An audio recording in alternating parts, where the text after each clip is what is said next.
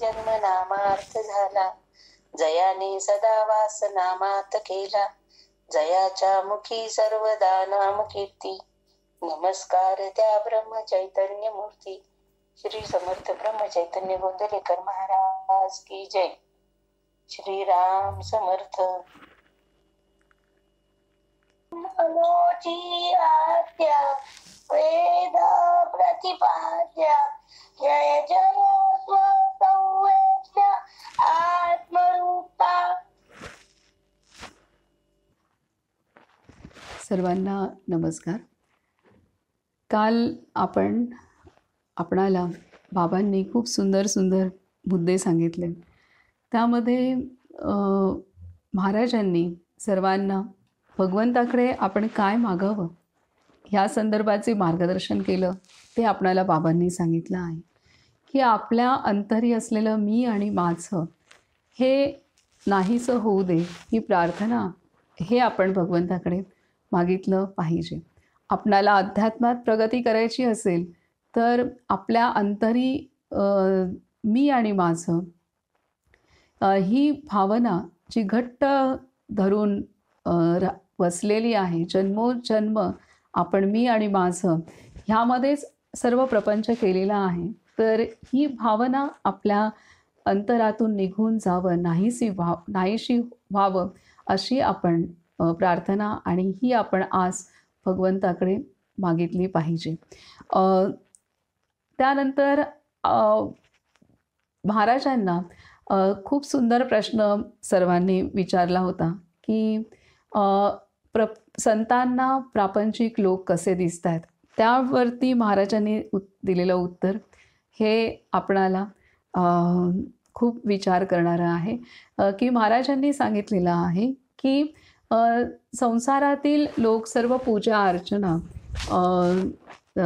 संध्या हे सर्व काही करतात, पण पुढे पण महाराजांनी लावलं आहे. आणि त्यानंतर पण जसं एखादा दारू पिणारा व्यक्ती दारू घेतल्यानंतर जो जसा रस्त्याने झिंगत जातो, आपल्याच नशेमध्ये झिंगत जातो, त्याचप्रमाणे संतांना प्रापंचिक लोक दिसतात. इथे महाराजांचं पहिलं वाक्य अत्यंत महत्त्वाचं आहे की महाराजांनी इथं सांगितलं आहे की सांसारिक लोक तसे बरे दिसतात आणि परंतु ते पूजा अर्चना स्नान संध्या सर्व काही करतात, पण ह्यानंतर बाकी महाराजांनी जे संतांना प्रापंचिक लोकांविषयी जाणवतं ते सांगत आहेत की जसा व्यसनी मनुष्य आपल्या नशेमध्ये मस्त असतो, त्याच नशेमध्ये तो जगतो, त्याच प्रकारे जरी आपण स्नानसंध्या पूजा अर्चना वगैरे करत असू तरीसुद्धा आपण मी आणि माझं ह्या प्रपंचामध्येच ह्याच वासनेमध्ये आपण जगत असतो. त्यामुळे आपण त्या व्यसनी व्यक्तीसारखेच आपल्या मस्तीमध्ये जगत असतो असं सांसारिक लोक संतांना दिसतात. तर इथं अत्यंत आपण आत्मचिंतन करण्याची गोष्ट आहे की महाराजांनी आपणाला जे इथे इशारा दिलेला आहे की पूजा अर्चना स्नानसंध्या सर्व करतात, परंतु जगताना मात्र मी आणि माझं ह्या नशेतच आपण जगतो. तर आपण जितकं आपलं मी आणि माझं कमी होईल तितकं आपण प्रयत्न करणं आवश्यक आहे. आणि त्यासाठी मी आणि माझं आपण तेव्हाच विसरू शकतो की जेव्हा आपण भगवंताच्या अनुसंधानात राहतो. त्यासाठी आपल्याला नवविधा भक्ती सांगितलेली आहे आणि आपल्याला जशी रुचेल जमेल त्या पद्धतीने आपण नवविधा भक्ती आपण करू शकतो. आणि त्यातही मुख्य आहे नामस्मरण आहे. महाराजांनी सांगितलं आहे की नामस्मरण आपण जेव्हा करतो त्यावेळेला आपलं अंतरी स्वतःचा आपणाला विसर पडतो आणि मी आणि माझं आपलं गळून पडतं. आणि त्यामुळे नामस्मरण करत असता आपल्याला आपला विसर पडतो आणि तीच उत्कृष्ट समाधी आहे असं महाराजांनी आपणाला सांगितलेलं आहे. त्यानंतर अजून सुंदर एक घटना की जी पाटील बाबा होते, तर ते पाटील बाबा रोज महाराजांना शिरा नैवेद्यास द्यायचे आणि त्यानंतरच स्वतः भोजन ग्रहण करायचे. परंतु जे महाराजांना दिसतं की ज्ञान होतं की पाटील बाबांना पुढे हालाकीचे दिवस येणार, त्यानुसार महाराज त्यांना सांगतात की मी इतके वर्ष शिरा खाऊन आता कंटाळलो आहे, तर आता उद्यापासून कांदा भाकरीचा नैवेद्य मला दाखवत जा. आणि असं सांगून महाराज त्याला एक नारळ देत आहेत आणि तो नारळ त्याला त्याच्या देवघरामध्ये ठेवायला सांगतायत. आणि मी जेव्हा तिथं तुमच्या घरी येईन तेव्हा हा नारळ फोडीन, तोपर्यंत हा नारळ आपल्या देवघरात असू द्यात, असं महाराज सांगतायत. त्यानुसार पाटील बाबा आपल्या घरी जात आहेत आणि खरंच त्यांची नंतर परिस्थिती इतकी खालावते की त्यांना स्वतःला कांदा भाकरीवर दिवस काढावे लागतात. आणि असे काही कालावधी, काही वर्ष त्या पद्धतीने त्यांची हालाकीची परिस्थिती असते. नंतर परिस्थिती सुधारते आणि त्यानंतर सर्व प्रपंच मुलांच्या ताब्यात पाटील बाबा देतात आणि थोड्याच कालावधीमध्ये त्यांना ताप येऊ लागतो आणि 1 आठवड्याभरातच पाटील बाबा तापामध्ये इतके अत्यवस्थ अवस्थेत जातात की त्यांचा मृत्यू जवळ येतो. हे सर्वांना जाणवतं आणि त्यावेळेला पाटील बाबा सांगतायत की महाराज लवकरच येतील, तुम्ही काळजी करू नका. आणि त्यानुसार महाराज पाटील बाबांना रात्रीचं भजन झाल्यानंतर तातडीने महाराज पाटील बाबांना भेटायला येत आहेत. आणि त्यावेळेला पाटील बाबा इच्छा व्यक्त करतायत की मला दही खायचं आहे, स्वर्गात दही मिळेल की नाही. आणि तेव्हा ते दही महाराज त्यांना वाटीभर दही देतात आणि त्यामध्ये जो नारळ दिला होता तो नारळ फोडून त्याचं पाणी त्या दह्यामध्ये मिसळून महाराज त्यांना खाऊ घालत आहेत. आणि पाटील बाबा नामस्मरणामध्ये आपले अंतिम श्वास सोडत आहेत. तर ही घटना अत्यंत अंतर्मुख करणारी आहे की महाराजांनी जो नारळ दिला होता तो नारळ किती खूप आधी दिलेला होता आणि काही वर्ष तो नारळ त्या पाटील बाबांच्या देवघरात होता. आता नारळ ही वस्तू अशी आहे की जर तिला पाण्यात ठेवलं तर रोज आपण जर कलशामध्ये ठेवलं किंवा विहिरीत, कोकणामध्ये नारळ विहिरीत पण टाकले जातात तेव्हा त्याला कोंब येतात आणि आपण जर पाण्यात ठेवलं तर त्या नारळाला काही महिन्यांनी कोंब येतो आणि आपण मग तो कोंब आलेला वाढवून नंतर आपण शेतामध्ये तो लावू शकतो. परंतु जर तो नारळ त्याला कोंब आला नाही तर काही दिवसांनी तो नारळ नासतो. तर हे असं होतं. तर आणि इथे पाटील बाबांच्या घरामध्ये, देवघरात महाराजांनी दिलेला नारळ काही वर्ष होता. आणि आश्चर्याची गोष्ट म्हणजे पाटील बाबांचे हालाकीचे दिवस संपतात, त्यानंतर मुलं मोठी होतात, त्यावेळेला मुलांच्या हाती प्रपंच देऊन ते नंतर त्यांचा अंतिम समय आलेला आहे. त्यामुळे काही कालावधी गेलाय, काही वर्षांचा कालावधी गेलाय, तरीसुद्धा त्या नारळामध्ये पाणी होतं आणि ते पाणी पिऊ शकण्याच्या अवस्थेत होतं. ही आहे संतांनी जो कृपा आशीर्वाद करून किंवा आता महाराजच जाणे की त्यामध्ये कसं काय तो राहिला नारळ आणि हेच आपले संतच जाणू. परंतु ही अंतर्मुख करणारी गोष्ट नक्कीच आहे आणि निसर्गात अशा पद्धतीने इतके वर्ष असा नारळ राहील ही घटना ही सुद्धा अशक्य गोष्ट आहे असं जाणवतं. त्यानंतर महत्त्वाचं म्हणजे त्यांना ती वासना होणार आणि त्यावेळेला दही खाण्याची वासना होणार आणि त्यावेळेला आपण त्यातला नारळातील पाणी ते मिसळणार, हे सुद्धा महाराजांना दर्शन आधीच झालं असणार नक्कीच. त्यामुळे आपल्या संतांना, आपल्या साधकांचं संपूर्ण जीवन, त्याचं भूतकाळ, वर्तमान काळ आणि भविष्यकाळ हा दिसतो, हे या घटनेतनं स्पष्ट होत आहे. तर अशा पद्धतीने खूप सुंदर घटनांच्या आधारे आपणाला एक एक तत्व प्रत्येक घटना शिकवते आणि बाबांनी ते अत्यंत आपणाला समजेल अशा भाषेमध्ये सर्व घटना नमूद केलेल्या आहेत. आज आपण पुढील प्रकरणाला आता सुरुवात करूयात. अजून आणखी महत्त्वाचा एक मुद्दा म्हणजे की आपण जे नियम करतो किंवा कोणतीही आध्यात्मिक जे नियम असतात, एखादा संकल्प आपण करतो, तर तो संकल्प पूर्ण होण्यासाठी आपला निश्चय पक्का असणं महत्त्वाचं आहे. परंतु केवळ निश्चय पक्का असून चालत नाही, तर त्याबरोबर तो संकल्प तडीस जाण्यासाठी होण्यासाठी, पूर्णतेला जाण्यासाठी, त्या संकल्पाची सिद्धी होण्यासाठी गुरुकृपा असणं तितकंच आवश्यक आहे. गुरुकृपेविना कोणताही संकल्प हा पूर्णतेला जाऊ शकत नाही. हे इथे त्या संदर्भात सुद्धा एक घटना आपणाला सांगितलेली आहे. अशा रीतीने अनेक बारकावे आपणाला ह्या प्रकरणात शिकायला मिळालेले आहे, की अंतिम समयी जेव्हा नामामध्ये अंतिम समय, अंतिम श्वास आपला गेला, तर आपण सर्व काही साधतो. ह्या संदर्भातल्या अनेक घटना या प्रकरणात शिकायला मिळाल्या आहेत. इतकंच नाही तर एखादा अतृप्त आत्मा ज्या वेळेला एखादा शरीरामध्ये प्रवेश करतो, त्यावेळेला तो आत्मासुद्धा नामाच्या आधाराने मुक्त होऊ शकतो. ह्या संदर्भातली सुद्धा घटना आपणाला इथे बाबांनी सांगितलेली आहे. महाराजांनी असाच एक भट, एका बाईच्या अतृप्त जीव असलेला भट बाईच्या शरीरामध्ये त्याने प्रवेश केलेला होता. तेव्हा महाराजांनी त्या भटाला सांगितलं आहे की तू मुक्त होऊ शकतो. त्या बाईला नामस्मरण करू दे आणि तेही बाई जे नामस्मरण करेल त्या नामाच्या आधारे तुला पुढील गती प्राप्त होऊ शकते.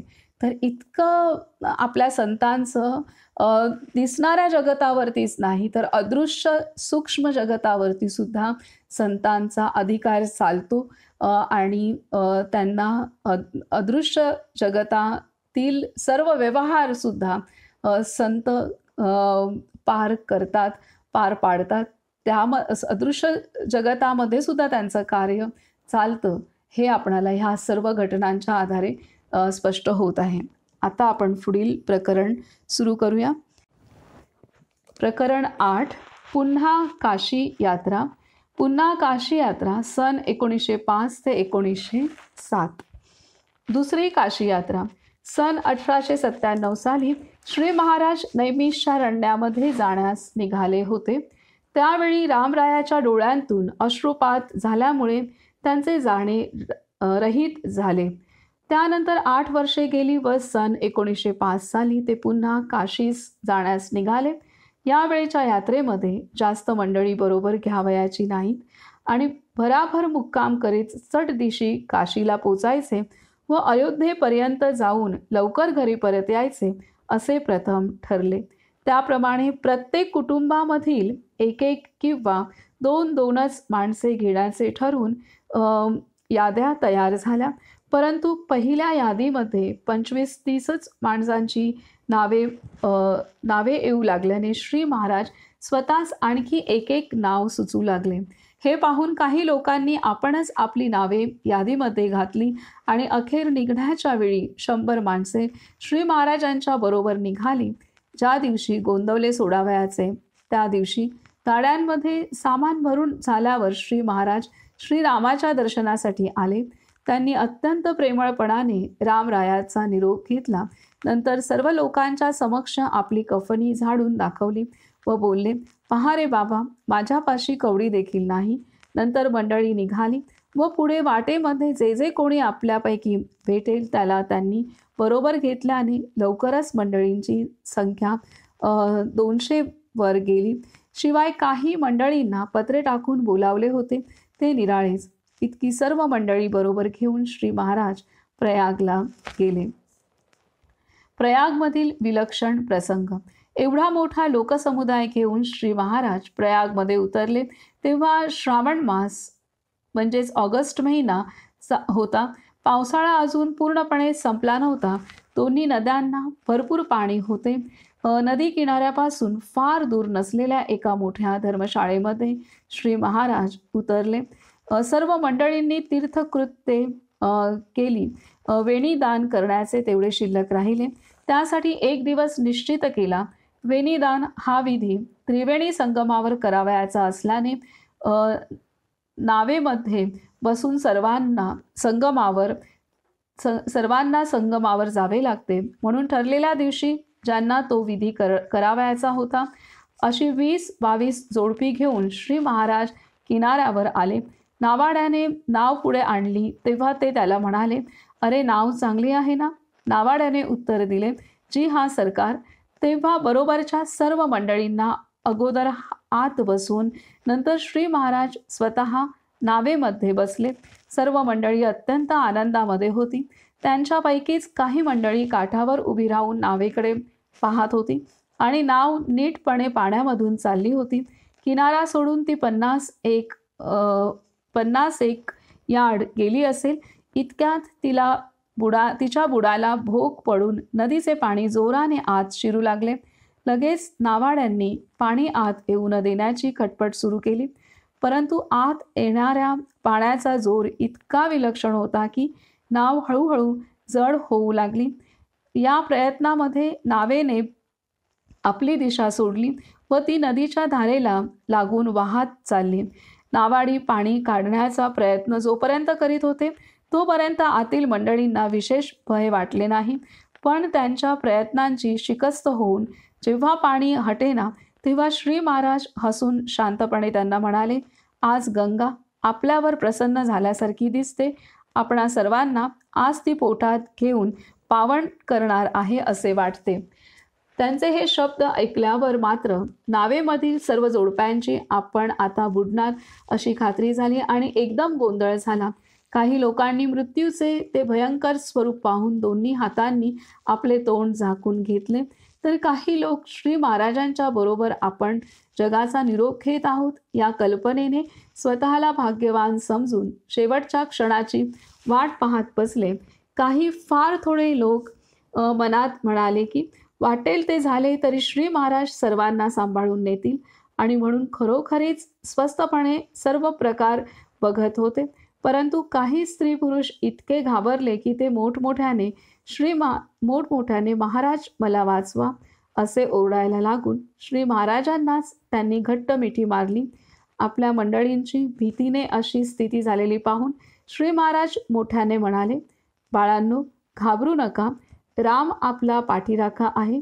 आपण त्याचे नाव मोठ्याने घेऊन त्याचा धावा करू असे बोलून ज्या भोकांतून पाणी आत येत होते त्याच्यावर आपली कफनी ठेवून श्री महाराजांनी आपल्या पायाने ती दाबून धरली आणि गोंदवल्यास रामरायाच्या समोर ज्याप्रमाणे सहज भजनाला ते उभे राहत तितक्या सहजपणे मोठ्या ऐटीने पवित्र्यामध्ये उभे राहून त्यांनी दोन्ही हात वर पसरले आणि जय जय श्रीराम, जय जय श्रीराम असा घोष करून टाळ्या वाजविण्यास आरंभ केला.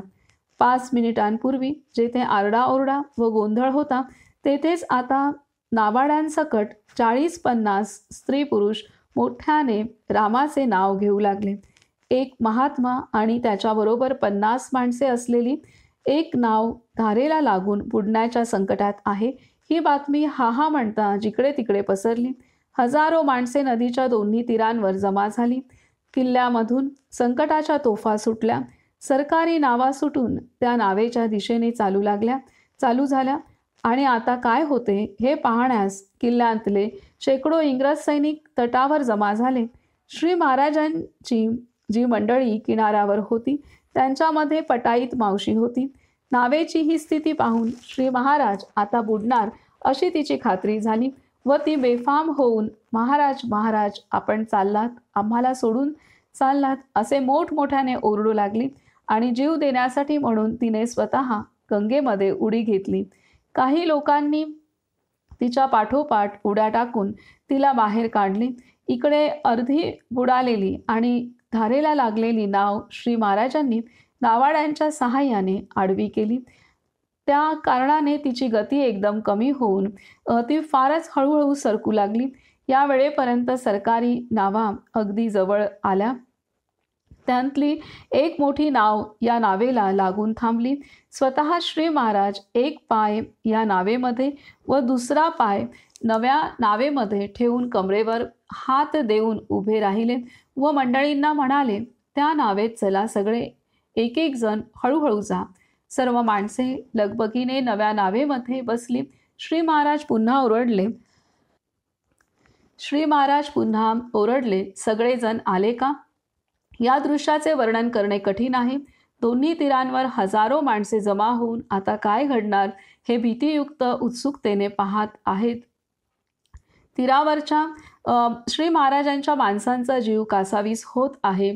नावेमधील मंडळींना अजून स्वतःच्या जीविताची शाश्वती नाही, पण श्री महाराजांसाठी तोंडाने सर्वजण रामाचे नाव घेत आहेत आणि श्री महाराज मात्र एकटे दोन्ही नावांवर पाय देऊन जणू काही झालेच नाही अशा आत्मविश्वासाच्या पवित्र्यात कमरेवर हात ठेवून उभे आहेत. त्यावेळेचे श्री महाराजांचे तेज काही औरच होते. सगळेजण आले ना असे 3 वेळा विचारून सर्वजण आल्याची खात्री दिल्यावर फुटक्या नावेवरचा आपला पाय श्री महाराजांनी उचलला. त्यांनी पाय उचलल्याबरोबर बिचारी नाव झरदिशी पुढे जाऊन गंगेच्या पोटात नाहीशी झाली. हे पाहून तीरावरच्या सर्व लोकांनी भगवंताच्या नामाचा जयघोष केला आणि इंग्रज सैनिकांनी टाळ्या वाजविल्या. श्री महाराजांना घेऊन नवी नाव तीरावर ज्यावेळी आली त्यावेळी त्यांचे दर्शन घेण्यासाठी हजारो स्त्री पुरुष धावले. कोणी त्यांच्यावरून नारळ ओवाळून गंगेमध्ये टाकले, कोणी त्यांच्यावरून फुले उधळून टाकली, कोणी त्यांना आलिंगन दिले, कित्येकांनी त्यांना साष्टांग नमस्कार घातले. पुढे वेणीदानाचा समारंभ पार पडला. परंतु काही वेळाने श्री महाराजांच्या उपाध्यायाला सरकारने धरून नेले. तू अशी जुनी नाव कशी पसंत केलीस? हा तुझा गुन्हा आहे असे सांगून त्याला पोलीस कोठडीत बसवून ठेवले.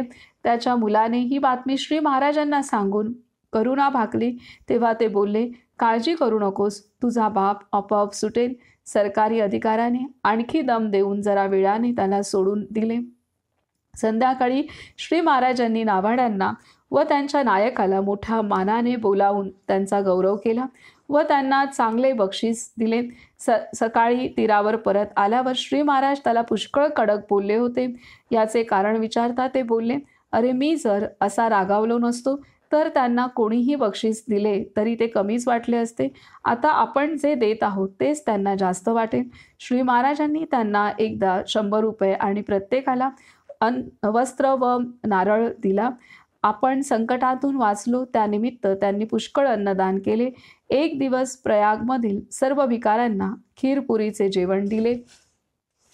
तर अशा रीतीने ही घटना की जिथं महाराजांचं सामर्थ्य आणि नामावरची निष्ठा ह्यामुळे सर्वांना महाराजांनी ह्या जलसमाधी सर्वांची होत होती गंगेमध्ये, त्यातून महाराजांनी सर्वांची सुटका केलेली आहे. आता पुढे सांगतात की भवानरावाच्या उरावर भूत. भवानरावाच्या उरावर भूत. भवानरावाच्या उरावर भूत. भवानराव या नावाचा एक मोठा भाविक मनुष्य श्री महाराजांच्या जवळ होता. याचे शरीर प्रकृती बळकट असून हा फार धीट होता. गोंदवल्यास जळाऊ लाकडे फोडण्याचे काम याच्याकडे असे. श्री महाराज प्रयाग येथे असता त्यांनी भवानरावला पुढे काशीला पाठविले. त्याप्रमाणे तो काशीस गेला आणि बाबू भटजीला भेटला. भटजीने त्याला स्वतःच्या घरीच राहण्यास सांगितले. तेव्हा तो म्हणाला, मला जप करायचा आहे, मला एकांत स्थान पाहिजे. म्हणून बाबू भटजीने त्याला दशपुत्रे यांचा वाडा राहण्यास दिला. हा वाडा फारसा मोठा नव्हता तरी सोयीचा होता. परंतु तेथे एक संन्यासी संबंध होऊन राहिला असल्याने वाडा ओसाड पडला होता. पुढे सांगतात की हा जो वाडा आहे तर त्या वाड्यामध्ये एक संन्यासी संबंध होऊन राहिला असल्याने वाडा ओसाड पडला होता. इथे संबंध म्हणजे असा आत्मा की ज्याला शरीर नाही मिळालेलं आहे आणि त्या वाड्यामध्ये एक संन्यासीचा आत्मा तिथं राहत होता. आणि तो राहत असल्यामुळे वाडा ओसाड पडला होता. तिथं कोणीच दुसरं राहत नव्हतं. संन्यासी पिशाच रूपाने राहतो ही गोष्ट भवानरावच्या कानांवर घातल्यावर तो बोलला, मी सुद्धा संबंधच आहे, मला पिशाच कधीच बाधा करणार नाही, त्याची काळजी तुम्ही करू नका, महाराज माझ्या मागे आहेत. हे ऐकून बाबू भट गप्प बसले. मुख्य वाडा 2 मजल्याचाच होता, पण तिसऱ्या मजल्यावर एक खोली असून समोर गच्ची होती. भवानराव रात्री या खोलीमध्ये निजत असे. आता इथे मुख्य वाडा 2 मजल्याचाच होता, पण तिसऱ्या मजल्यावर एक खोली असून समोर गच्ची होती. भवानराव रात्री या खोलीमध्ये निजत असे. हे भवानराव तिसऱ्या मजल्यावर निजत होते की जिथं गच्ची आहे. तो तेथे राहण्यास येऊन 4-5 दिवस झाले. सर्व काही सुरळीत चालले होते. एके दिवशी रात्री 10 वाजण्याचे सुमारास भवानरावाने खोलीमध्ये आपले अंथरूण टाकले आणि समोर समई जळत होती. तिच्या उजेडात अंथरुणावर बसून तंबाखू खाऊ लागला. गच्चीचे दार उघडे होते.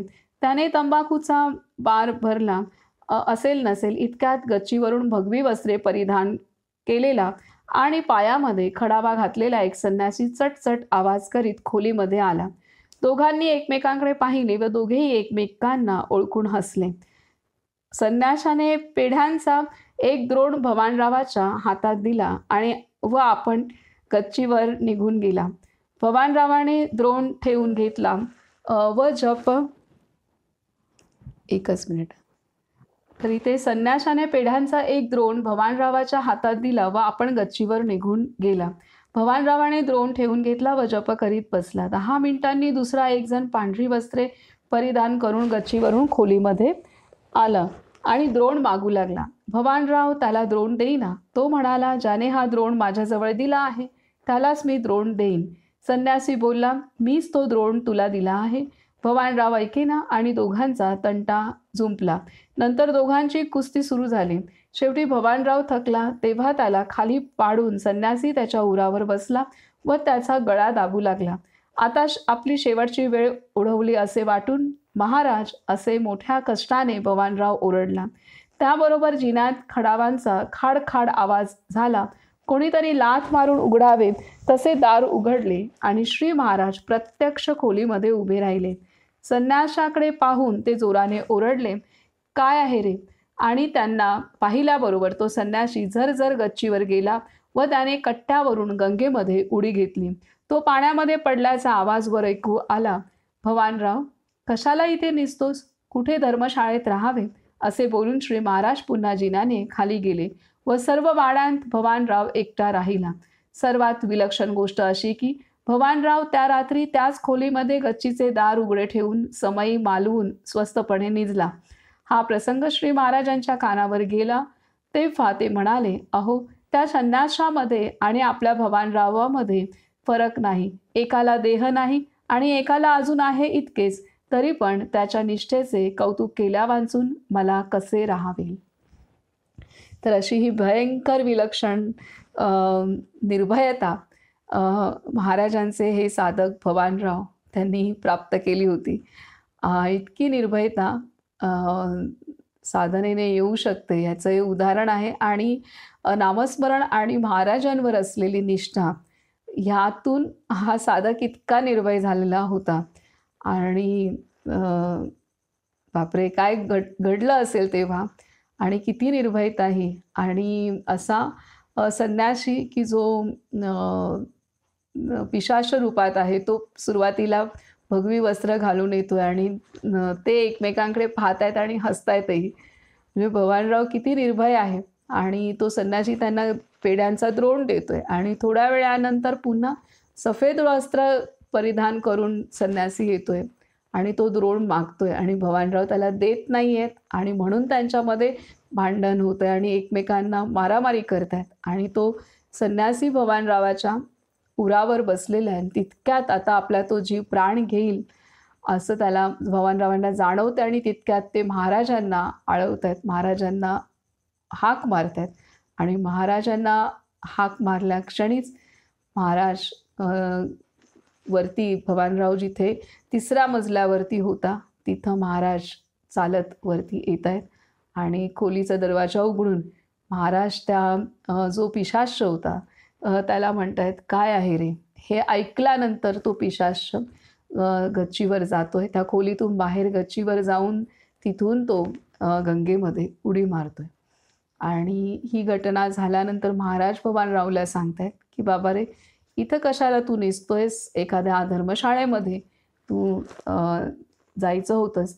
राहायचं होतं आणि असं सांगून महाराज तिथून निघून जात आहे. आणि भवानराव एवढं सगळं घडून सुद्धा भवानराव त्याच गच्ची असलेल्या खोलीमध्ये राहत आहेत. दरवाजा उघडा ठेवून ते समई असलेली समई पण मालवून तिथंच ते निजलेले आहेत.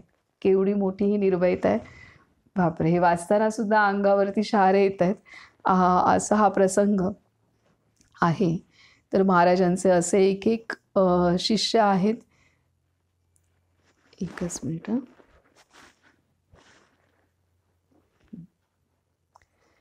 आता पुढे आहे काशीवास. काशीवास. प्रयागला बरेच दिवस राहून मग सर्व मंडळींना घेऊन श्री महाराज काशीला गेले. श्री महाराजांच्या वागण्यात फार सहजपणा व साधेपणा असे. आगगाडीत 3ऱ्या वर्गामध्ये फार गर्दी होते म्हणून त्यांचे 2ऱ्या वर्गाचे तिकीट काढले आणि मंडळींनी त्यांना 2ऱ्या वर्गाच्या डब्यामध्ये बसवले. पण त्यांना तेथे चैन पडेना. 1-2 स्टेशन गेल्यावर ते खाली उतरले आणि 3ऱ्या वर्गाच्या डब्यामध्ये आपली सर्व मंडळी होते तिथे येऊन बसले. काशीमध्ये जणू काही आपण लहानपणापासून तेथले राहणारे आहोत इतके मोकळेपणाने व आपलेपणाने ते वागत असत. त्याचप्रमाणे तेथे त्यांच्या ओळखी सर्व प्रकारच्या लोकांत आढळून आल्या. ज्यांच्याशी त्यांची ओळख असायची तो मनुष्य त्यांना आपल्या घरच्या माणसाप्रमाणे मानित असे.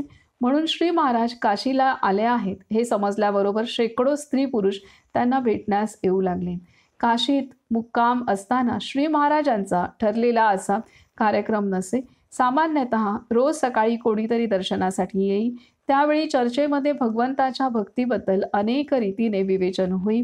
11-12 वाजण्याच्या सुमारास सर्वजण गंगेवर स्नानासाठी जात. श्री महाराज पायांत खडावा घालून घाटाच्या पायऱ्या चढ चढून किंवा उतरून जात. बरोबरच्या मंडळींना पुष्कळ वेळा ते स्वतः स्नान घालीत.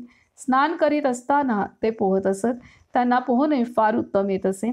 लहान मुलांना आपल्या खांद्यावर हात ठेवण्यास सांगून पोहत पोहत ते गंगेच्या पात्रामध्ये दूरवर जात. पाण्याचे भय वाटणारी व पोहायला न येणारी मुले देखील त्यांच्याबरोबर निर्भयतेने गंगेमध्ये लांबपर्यंत जाऊन येत असत. एक दिवस श्री महाराज गंगेच्या पात्रामध्ये पोहत होते. पोहता पोहता ते काठाजवळ आले. काठावर भाऊसाहेब केतकरांची 9 वर्षांची मुलगी सुंदराबाई स्नान आटोपून उभी होती. श्री महाराज म्हणाले, सुंदरे मार उडी. सुंदरीला पोहता येत नव्हते पण श्री महाराजांचा शब्द ऐकल्याबरोबर तिने धाडदिशी पाण्यात उडी मारली. असेच एके दिवशी मंडळी पोहत असता नदीच्या पलीकडच्या तीरावर एक मुलगा गटांगळ्या खाऊ लागलेला कोणी पाहिला. त्याने श्री महाराजांना सांगितल्याबरोबर ते एकदम बुडी मारून त्या तीराकडे गेले आणि त्या पोराला त्यांनी खालून वर उचलला व तीराकडे ढकलला. स्नान आटोपल्यावर श्री महाराज विश्वेश्वराच्या दर्शनात जात. नंतर घरी परत आल्यावर भोजन होई व संध्याकाळी पुन्हा गंगा दर्शन व देवदर्शन बहुतेक होई. रात्री भजन व आरती होऊन नंतर मंडळी झोपी जात. तर अशा रीतीने इथे महाराज प्रथम प्रयागला गेले आणि प्रयागमधील बोटीवरचा बोटी सह सर्वजण जलसमाधी घेतील की काय अशी असा प्रसंग तिथं घडला. त्यानंतर इथे भवानरावाचा पण प्रसंग आपणाला सांगितला. आणि आता महाराज प्रयागवरून काशीमध्ये आलेले आहेत आणि काशीमध्ये महाराजांची दिनचर्या इथं दिलेली आहे आणि महाराजांचं पोहण्याचं कौशल्यसुद्धा आपणाला इथे बाबांनी सांगितलेलं आहे. आणि लहान मुलं त्यांना पोहता येत नव्हतं तरीसुद्धा न घाबरता ते महाराजांसोबत नदीमध्ये अगदी दूरवर त्यांच्यासोबत त्यांच्या खांद्याला धरून ते महाराज पोहत असले की त्यांच्या पाठोपाठ जात असत. तर अशा रीतीने लहान मुलांची महाराजांवरती श्रद्धा आणि निष्ठा आणि महाराजांवरती विश्वास किती प्रचंड होता की त्यांनासुद्धा पाण्याचं भय वाटत नसे. आणि त्याचंच उदाहरण आहे की भाऊसाहेब केतकर यांची 9 वर्षाची मुलगी जिला पोहता येत नव्हतं तरीसुद्धा महाराजांनी तिला नदीत उडी टाकायला सांगितले तर तिने धाडदिशी महाराजांचा शब्द ऐकला आणि तिने उडी टाकलेली आहे. तर हे लहान मुलांची सुद्धा महाराजांप्रती निष्ठा आणि प्रेम इथे आपल्याला पाहण्यास मिळते. पुढचा मुद्दा आहे वादाच्या ऐवजी नामाची हौस बाळगावी. वादाच्या ऐवजी नामाची हौस बाळगावी. काशीमध्ये श्री महाराजांच्या प्रेमातला एक मोठा वेदांती पंडित होता. त्याला वादाची भारी हौस असे. एकदा त्याचा भाऊ फार आजारी पडला. लघवी अडल्याने पोट फुगून तो बेशुद्ध झाला. डॉक्टर वैद्यांनी हात टेकले तेव्हा त्या पंडिताला श्री महाराजांची आठवण झाली आणि त्यांचा अंगारा घेऊन जाण्यासाठी लगबगीने तो त्यांच्याकडे आला. त्याला पाहून श्री महाराजांनी त्याचे सहर्ष स्वागत केले आणि तो काही बोलण्याच्या अगोदरच मोठ्या खुबीने त्याला वादांत गुंतवले. इकडे वाद तर वाढत चालला आणि पंडिताचा जीव खालीवर होऊ लागला. दुसरे काही तेव्हाच श्री महाराज त्याला उसंतच देईनात. 1.5 तास काथ्याकूट झाल्यानंतर विषय बदलून एकदम श्री महाराजांनी त्याला येण्याचे कारण विचारले तेव्हा पंडितांच्या डोळ्यांना पाणी आले व तो म्हणाला, काय सांगू महाराज, लघवी अडल्याने माझा भाऊ मरणोन्मुख आहे. वैद्याने हात टेकले म्हणून मी आपल्याकडे धाव घेतली. तो अद्याप जिवंत आहे की नाही कुणास ठाऊक. यावर श्री महाराज म्हणाले, अरे रे, तुमच्या वादाच्या हौसेने दोघेही फसलो. वाद करण्यापेक्षा आपण नाम घेतले असते तर रामाला आपली करुणा आली असती. पण राम दयाळू आहे, तो आपली लाज राखील. तुम्ही लवकर घरी जा, भावाला बरे वाटेल. पंडित घरी जाऊन पाहतो तर भावाची लघवी सुटून त्याला बरे वाटत होते. त्याने सांगितले की लघवी अडल्याने अति कष्ट होऊ लागले. तेव्हा मी मनातल्या मनात श्री महाराजांची करुणा भाकली. तेव्हा ते स्वतः आले, मला अभय दिले आणि राम राम म्हण असे कानात सांगून निघून गेले. नंतर थोड्याच वेळाने लघवी सुटून मला शुद्ध आली. पंडिताने हे ऐकले आणि तो तसाच पुन्हा श्री महाराजांकडे आला. सर्व हकीकत सांगितल्यावर श्री महाराज म्हणाले, नामाने जे काम होते ते जगामध्ये कोणालाही प्रत्यक्ष भगवंताला देखील करता येत नाही. इतप्पर वादाच्या ऐवजी नामाची हौस बाळगावी. विद्वत्तेचा उपयोग नामाची निष्ठा वाढविण्याकडे करावा. आधी नाम घ्यावे आणि मग वाटले तर विद्वत्ता मिळवावी. पण ज्याला नामाची चटक लागली तो इतर भानगडीमध्ये पडतोच कशाला. काय सांगतायत महाराज, नामाने जे काम होते ते जगामध्ये कोणालाही प्रत्यक्ष भगवंताला देखील करता येत नाही. इतप्पर वादाच्या ऐवजी नामाची हौस बाळगावी. विद्वत्तेचा उपयोग नामाची निष्ठा वाढविण्याकडे करावा. आधी नाम घ्यावे आणि मग वाटेल तर विद्वत्ता मिळवावी. पण ज्याला नामाची चटक लागली तो इतर भानगडींमध्ये पडतोच कशाला. तर आता ही पुन्हा एक घटना आहे की इथे ह्या पंडिताचा भाऊ त्याला त्याची लघवी अडलेली आहे आणि त्याला त्यामुळे प्राणांतिक वेदना होत आहेत आणि त्यासाठीच त्याच्या वेदना दूर होण्यासाठी तो भस्म घेण्यासाठी महाराजांकडे आलेले आहेत आणि महाराजांनी त्याला वादामध्ये गुंतवून ठेवलेला आहे. कारण त्या पंडिताला वाद करायला आवडायचं हे महाराजांना माहीत होतं. त्यामुळे महाराज त्याच्याशी वाद घालत बसलेले आहेत आणि नंतर तो महाराजांना सांगतोय की तो कशासाठी आला होता. आणि इथं महत्त्वाची गोष्ट आहे की महाराज पंडितांशी वाद घालत आहेत आणि त्याच वेळेला तिथे या पंडिताचा भाऊ महाराजांना आठवण करतोय आणि महाराज त्यालासुद्धा तिथं त्याला भेटलेत आणि त्याला महाराज नाम घेण्यास सांगत आहेत, राम नाम घेण्यास सांगत आहेत. आणि इथे सांगत आहेत की जेव्हा त्याला अतिकष्ट होऊ लागले त्यांच्या भावाला तेव्हा त्यांनी महाराजांची आठवण केली आणि महाराज त्याला तिथं भावाला भेटण्यासाठी गेलेत आणि महाराजांनी त्याला आधार दिलाय आणि निर्भय बनवले आणि त्याचं मनाचं बळ वाढवले आणि त्याला राम नाम घेण्यास सांगितलं आणि त्यानंतर त्याला बरं वाटू लागलं आणि त्याला लघवीला सुद्धा झालेलं आहे.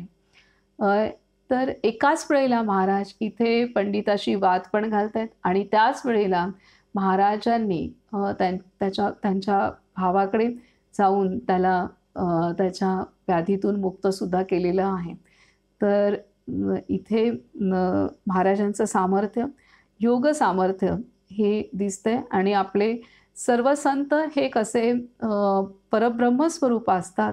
कारण भगवंत जसा सर्वत्र असतो, सर्व व्यापक आहे त्याच प्रकारे आपले हे संत एकाच वेळेला अनेक ठिकाणी संचार करू शकतात, हेही या घटनेतनं स्पष्ट होत आहे.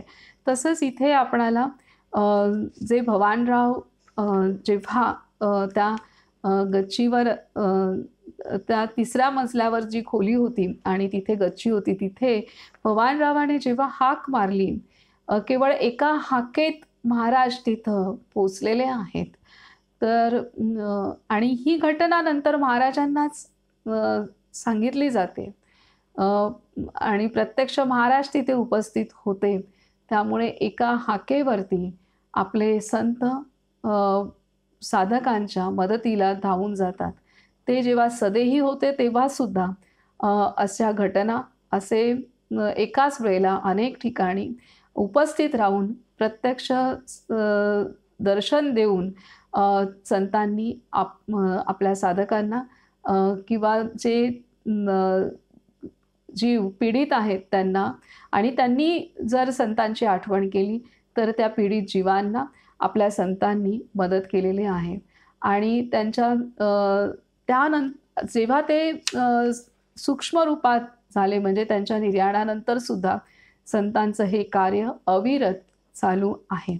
तर आणि ह्या घटना ह्या कोणता चमत्कार नाहीत, तर संतांनी जी अवस्था त्यांच्या तपस्येने साधनेने प्राप्त केलेली होती ती अवस्था कार्य करते, ते करत असते, ते देहात असतानाही आणि ते सूक्ष्म अवस्थेत असताना सुद्धा तीच त्यांनी कमावलेली अवस्था आहे, ती कार्य करत असते. आता पुढे सांगतायत, माझ्या मुली फार थकल्या आहेत, माझ्या मुली फार थकल्या आहेत. एकदा श्री महाराजांनी विश्वेश्वराला नैवेद्य करण्याचे ठरविले. गंगूबाई स्वयंपाकावरची मुख्य कारभारीण म्हणून त्यांना बोलावून ते म्हणाले, गंगूबाई, उद्या आपण देवाला गोड असा जिलबीचा नैवेद्य करायचा. किती पीठ भिजवायला लागेल? गंगूबाईंना नेहमीचा अनुभव असल्याने त्या म्हणाल्या, महाराज, कमीत कमी 15-20 पायली पीठ भिजवायला हवे. यावर श्री महाराज म्हणाले, वा रे वा, मी काय कोणी राजा आहे काय? फक्त 2 पायली पीठ भिजवा. हे ऐकून गंगूबाई कडाडल्या. तुम्ही सगळा गाव जेवायला घालणार, मग हे 2 पायली पीठ कुणाच्या तोंडाला लावणार? श्री महाराज पुन्हा म्हणाले, ते काही नाही, 2 पायलीपेक्षा जास्त पीठ भिजवायचे नाही. कमी पडले तर पडले, त्याची लाज रामाला. गंगूबाई तणतणत निघून गेल्या. त्यांनी फक्त 2 पायली पीठ भिजवले. त्या दिवशी जो कोणी भेटेल त्याला श्री महाराजांनी प्रसादाला बोलावून ठेवले. दुसऱ्या दिवशी सकाळी 10 वाजता गंगूबाई रागारागाने जिलबी तळावयास बसला. 1 तासाभराने श्री महाराज स्वयंपाकावर सहज एकदा नजर टाकून गेले. 12 वाजता लोक जेवणास आरंभ झाला. संध्याकाळी 8 वाजेपर्यंत सारख्या पंक्ती जेवून उठत होत्या. गंगूबाई चुलीपाशी बसल्यानंतर स्वतःला विसरल्या आणि रात्री 8 वाजेपर्यंत एखाद्या यंत्राप्रमाणे जिलब्या तळून काढीत होत्या. बाहेरचे सर्व लोक जेवून गेल्यावर श्री महाराज स्वयंपाकघरात आले व म्हणाले, गंगूबाई, पुरे झाले, आता अजून किती पीठ शिल्लक आहे? तेव्हा गंगूबाई भानावर आल्या व बोलल्या, महाराज, हे पहा, अजून 2 शेर पीठ शिल्लक आहे. श्री महाराज बोलले, राहू द्या, आता वाढणाऱ्या तुम्ही सगळ्या जणी जेवायला बसा. दुपारहून वाढत असलेल्या बायका रात्री 9 वाजता जेवायला बसल्या. त्यावेळी माझ्या मुली आज फार थकल्या आहेत असे उद्गार काढून श्री महाराजांनी स्वतः जिलबी वाढण्यास घेतली आणि प्रत्येक बाईला आग्रह करून पोटभर जेवायला घातले. पुढे 40 वर्षांनंतर त्या दिवशी श्री महाराजांच्या हातची जिलबी आग्रहाने खाल्लेली एक बाई आम्हाला भेटली. त्यांच्या गोष्टी सांगता सांगता वरील प्रसंग वर्णन करताना बाईचा गळा दाटून आला. तिच्या डोळ्यामध्ये अश्रू आले आणि प्रेमाचा आवेग आवरण्यासाठी किंचित काळ थांबून ती म्हणाली, तो प्रसंग अजून स्वच्छपणे आठवतो. श्री महाराजांनी कफनी कमरेला बांधली होती. हातात जिलब्यांनी भरलेले सूप होते आणि प्रत्येकीच्या पानासमोर उभे राहून तिच्या कष्टाचे ते कौतुक करीत होते आणि बोलण्याच्या नादात तिला गुंतवून 1-2 जिलब्या हळूच तिच्या पानात टाकून ते पुढे जात होते.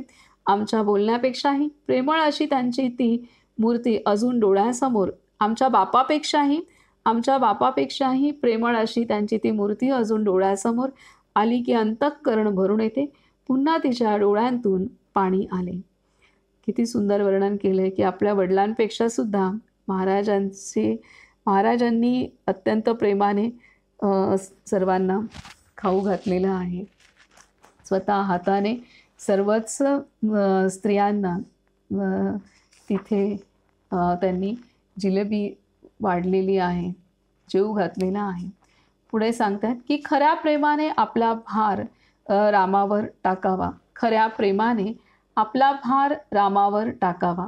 श्री महाराजांच्या जवळ शिल्लक असे काही राहत नसे. रोज नवा बाजार करावा लागेल. एक दिवस त्यांनी काशीमधील उत्तम अशा 100 शास्त्री पंडितांना भोजनाचे आमंत्रण दिले. बाजारातून कोणते पदार्थ आणावयाचे त्यांची यादी तयार झाली. ते आणण्यासाठी 195 रुपये पाहिजे होते, कारण प्रत्येक पंडिताला श्री महाराज एक वस्त्र देखील देणार होते. त्यांनी आपल्या फरगोलाच्या खिशात हात घालून पाहिला तेव्हा एकही पैसा जवळ नाही असे आढळून आले. उसने अवसान आणून श्री महाराज बोलले, अरे छा, आता काय करायचे? मी तर त्या लोकांना आमंत्रण देऊन बसलो. बरे, तुम्ही तरी मला कोणी सावध करायचे? असे सांगून बरोबर आलेल्या प्रत्येकाजवळ ते पैसे मागू लागले. श्री महाराज जेव्हा स्वतः पैसे गोळा करू लागले तेव्हा कोणी 1 रुपया, कोणी 2 रुपया, कोणी 5, कोणी 25 रुपये असे प्रत्येकाने पैसे दिले. सर्वांच्या जवळ मागून 180 रुपये जमा झाले. त्यावेळी आठवण झाल्यासारखे करून ते म्हणाले, हरिपंत, आपण गादीखाली पाहायला विसरलो. पहा बरे, तेथे काही शिल्लक असेल. हरिपंतांनी गादीखाली पाहिले तर 200 रुपये आढळले. ते श्री महाराजांच्या समोर ठेवले तेव्हा ते बोलले, रामाची कृपा माझ्यावर आहे. नाहीतर आज खरी फजितीची वेळ आली होती. तरी आपण घाबरायचे का? ज्याच्या नावाने लोकांना बोलावले त्याच्या मनात नसेल तर काहीच घडणार नाही, पण त्याच्या मनात असेल तर तो कधीही कमी पडू देणार नाही. खऱ्या प्रेमाने जर आपण आपला भार रामावर टाकला तर तो नेहमी आपल्या कल्पनेच्या बाहेर गोष्ट घडवून आणतो, असा माझा अनुभव आहे. आपला देह आणि आपला प्रपंच भगवंताच्या सत्तेने चालतो, ही जाणीव सतत ठेवून जगात वागावे, म्हणजे आपल्याला कधी कमी पडणार नाही. श्री महाराजांनी सर्वांचे पैसे परत केले. प्रेमाने अन्नदान आणि भगवंताचे नाम या 2 गोष्टींना ते फार महत्त्व देत असत. महाराज काय सांगतात की खऱ्या प्रेमाने जर आपण आपला भार रामावर टाकला तर तो नेहमी आपल्या कल्पनेच्या बाहेर गोष्ट घडवून आणतो, असा माझा अनुभव आहे.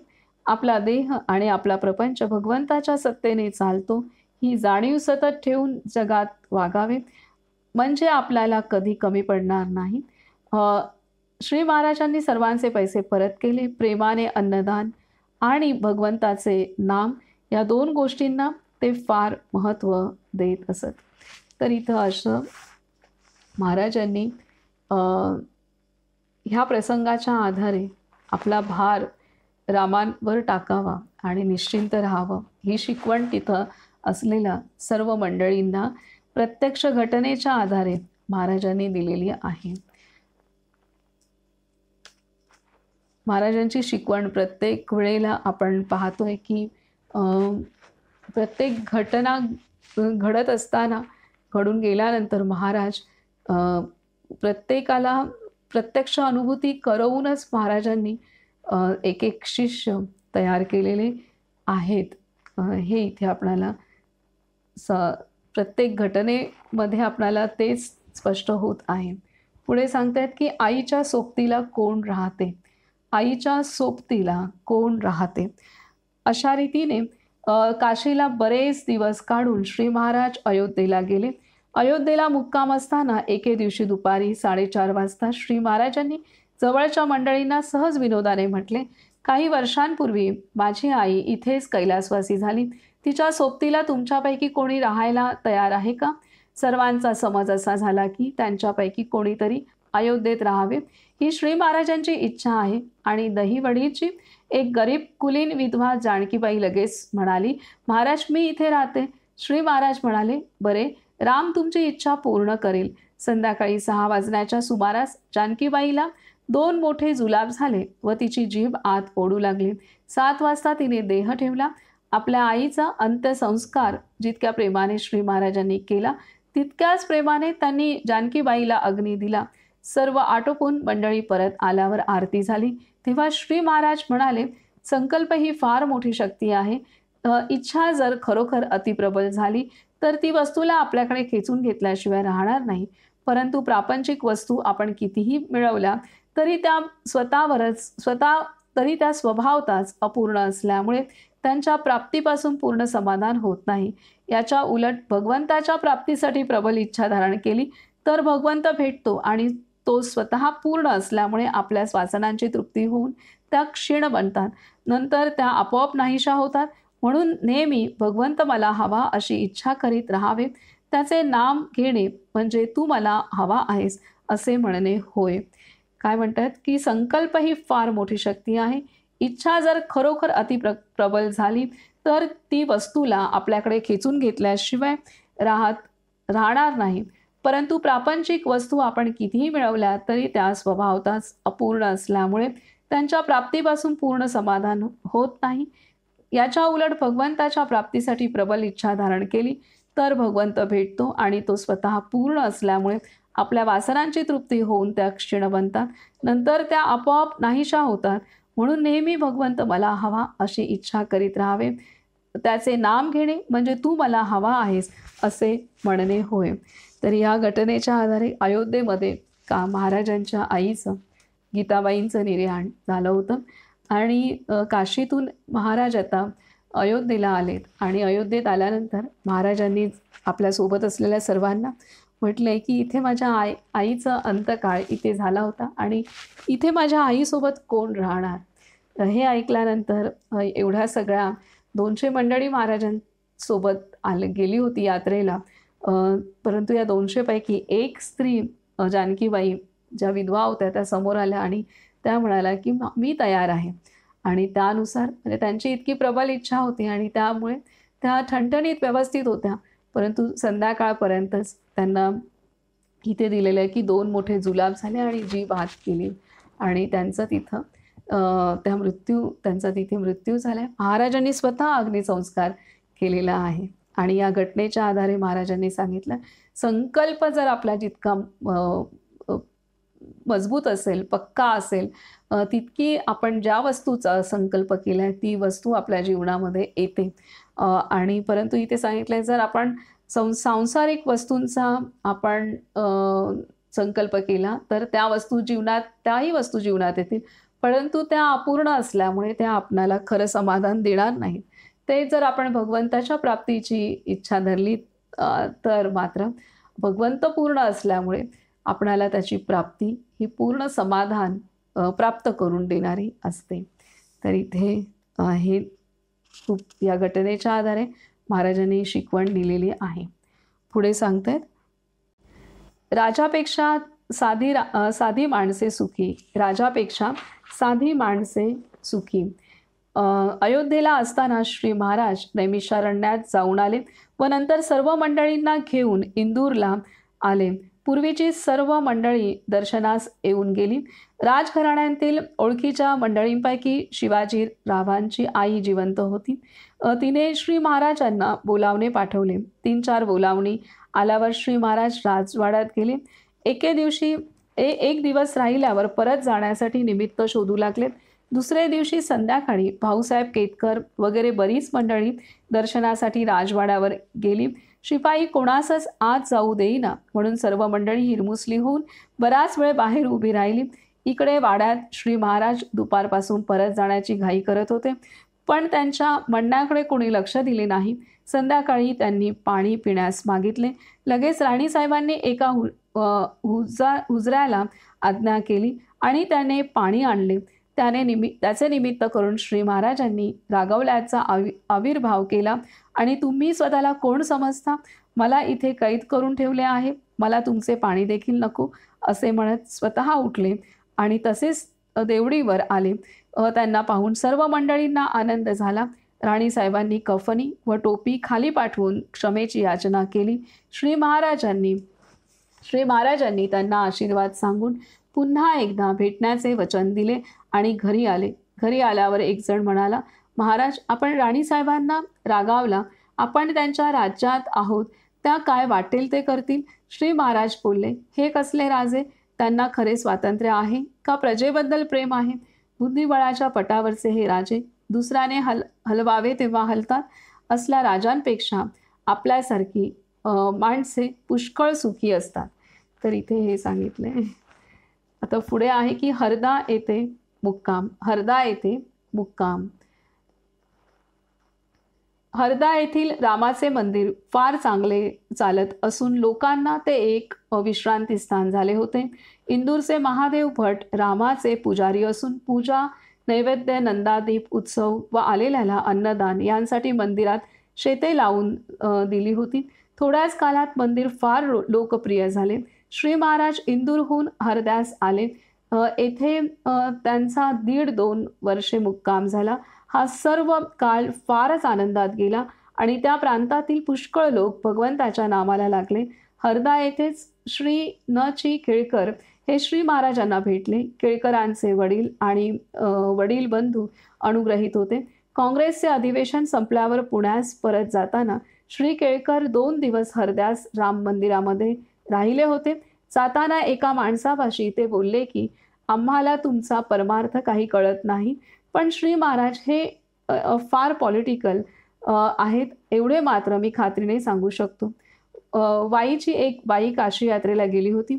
यात्रा आटोपून परत येताना चंद्रग्रहण आले म्हणून गंगा स्नान करण्याकरिता ती प्रयागला उतरली. ग्रहणाची पर्वणी संपवून ती बाई निघाली आणि हरद्याला आली. तेव्हा श्री महाराजांच्या चेहऱ्याकडे बघून आश्चर्याने ती म्हणाली, अगं बाई, या बाबांना तर काल मी प्रयागच्या गंगेच्या वाळवंटामध्ये पाहिले.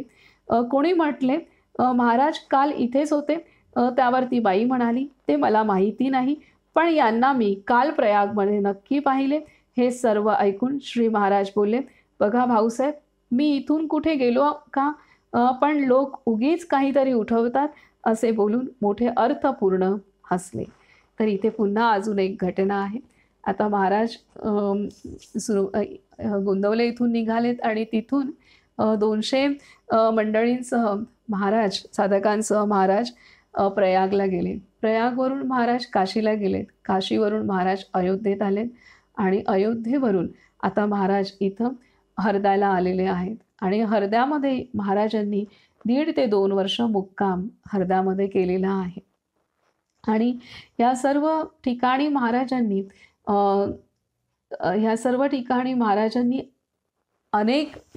महाराज अनेकदा या सर्व ठिकाणी पूर्वीसुद्धा आलेले होते. त्यामुळे प्रत्येक ठिकाणची मंडळी जेव्हा महाराज तिथे आलेत तर त्यांना भेटायला येत होती.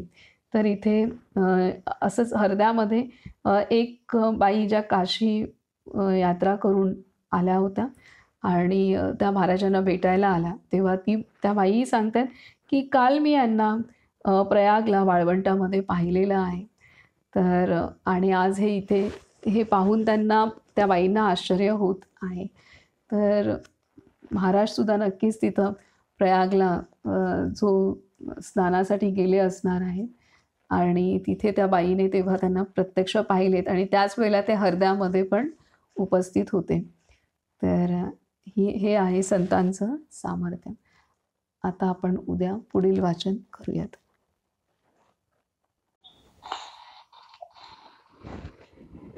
श्रीराम जय राम जय जय राम. श्रीराम जय राम जय जय राम. श्रीराम जय राम जय जय राम. श्रीराम जय राम जय जय राम. श्रीराम जय राम जय जय राम. श्रीराम जय राम जय जय राम. श्रीराम जय राम जय जय राम. श्रीराम जय राम जय जय राम. श्रीराम जय राम जय जय राम.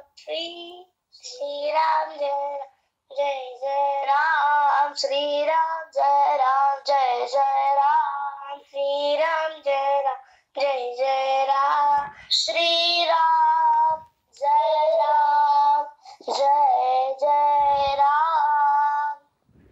राजाधिराज सद्गुरुनाथ श्री ब्रह्मचैतन्य गोंदवलेकर महाराज की जय. सब संतन की जय. बाल गोपाळ की जय. जय जय रघुवीर समर्थ श्रीराम.